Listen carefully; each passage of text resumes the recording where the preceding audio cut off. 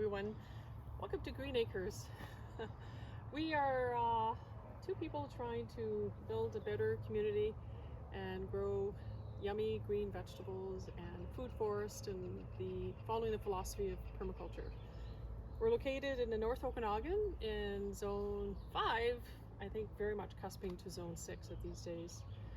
This is year 2 of our endeavors, and I just thought I'd give you a little tour of what's up, and we'll do some background on Green Acres a little later, but for now I just want to welcome you to Green Acres, and let's go.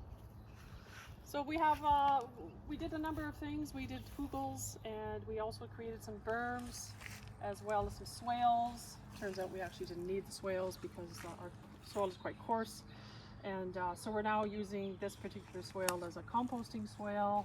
We have a lot of maple trees in the neighborhood. People bring their leaves here, so a bit of a community endeavor here. And it's providing great compost. So we're using the compost from this, which is just basically composted leaves and some pine needles and some stuff from the garden on all of these beds. This is our first berm, where last year we had the Three Sisters. This year we've converted it over to some brassicas and some beans and some tomatoes. And all of these sunflowers are volunteering from last year.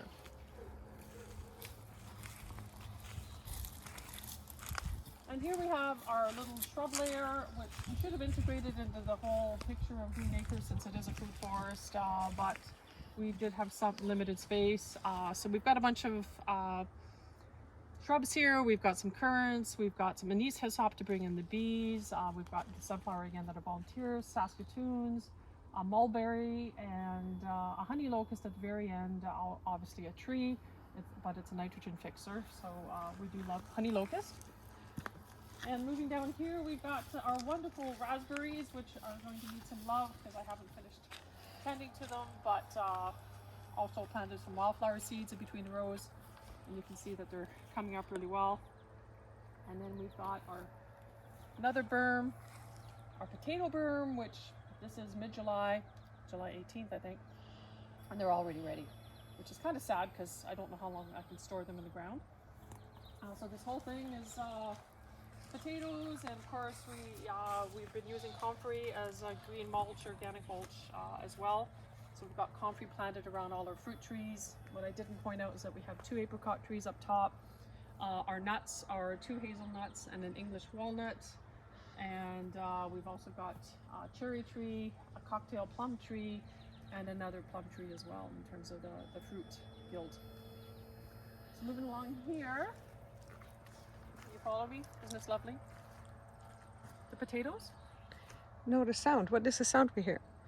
The sound? Oh, the sound. Oh, the sound. Yeah, sadly the sound. We did have an issue with voles last year in the hugels. So people who are thinking about hugels, I'm not sure if it's because of the dry zone that we're in. They don't decompose very quickly. And basically hugels are like vole penthouses. They love them. So they actually destroyed all of my haskellts, all of my blueberries, all of my strawberries, and most of the asparagus last year. So I had to replant this spring. These little noisemakers supposedly are good for all rodents. They seem to be working, but we'll find out for sure later in the fall.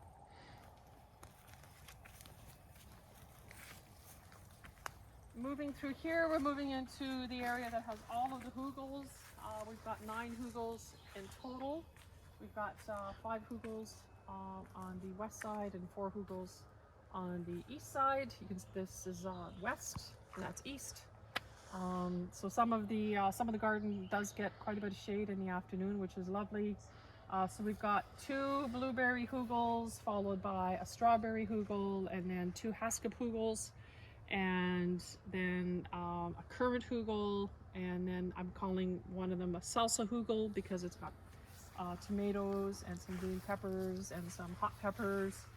And then we've got our garlic hugel. We've just actually harvested the compost again, or the garlic again. It's really early. It's really early, but we're very much looking forward to this garlic. We've also got some strawberries in here, and you'll see onions everywhere. I was told that onions are a good deterrent for voles. They are everywhere in all of the hugels, except for where they're not good companion plants. And yeah, so we're gonna have a lot of onions this year. We're probably gonna replant this one to kale now that the garlic is up. And so yeah, the two Haskip hugels over here, but we can't see anything because we have so much borage. I planted it last year. It has self-seeded. But actually, in a sense, it's actually has a good cover crop. It's keeping the hugels nice and shaded. The hugels themselves are full of straw or some of the composting leaves that we have from above.